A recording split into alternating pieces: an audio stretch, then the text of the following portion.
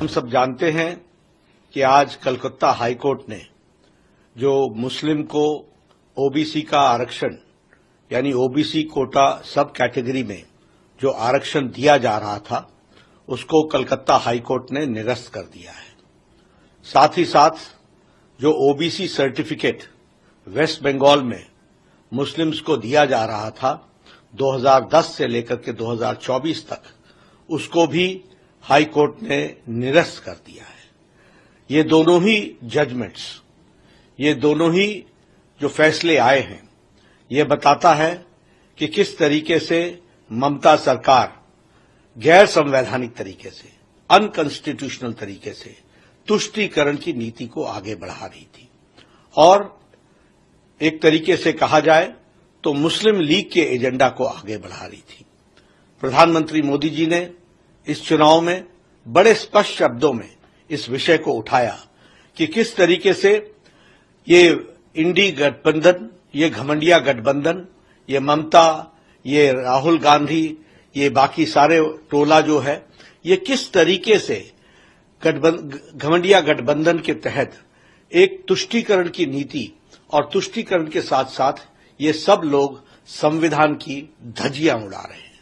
संविधान में साफ लिखा है कि धर्म के आधार पर आरक्षण नहीं होगा, लेकिन यह सब लोग मुस्लिम लीग का एजेंडा, जिस मुस्लिम लीग के एजेंडे के कारण भारत का विभाजन हुआ, उसी को फिर से आगे बढ़ाने का काम ये सारा घमंडिया गठबंधन कर रहा है और तुष्टीकरण की नीति को आगे बढ़ा रहा है। हाई कोर्ट के फैसला आने के बाद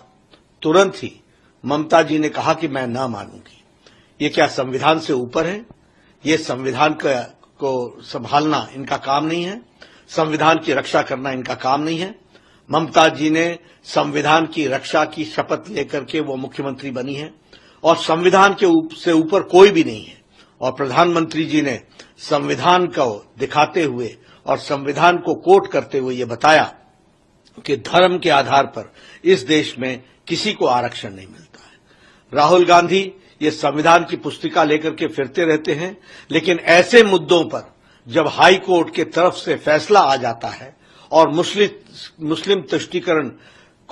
का पर्दाफाश होता है और मुस्लिम तुष्टीकरण स्पष्ट इन लोगों के एक्टिविटीज के द्वारा, इनके कार्यकलापों के द्वारा स्पष्ट दिखता है, तो ये चुप्पी साधते हैं। ऐसे लोगों को इस चुनाव में भारत की जनता और पश्चिम बंगाल में ममता को पश्चिम बंगाल की जनता सबक सिखाएगी। ये मैं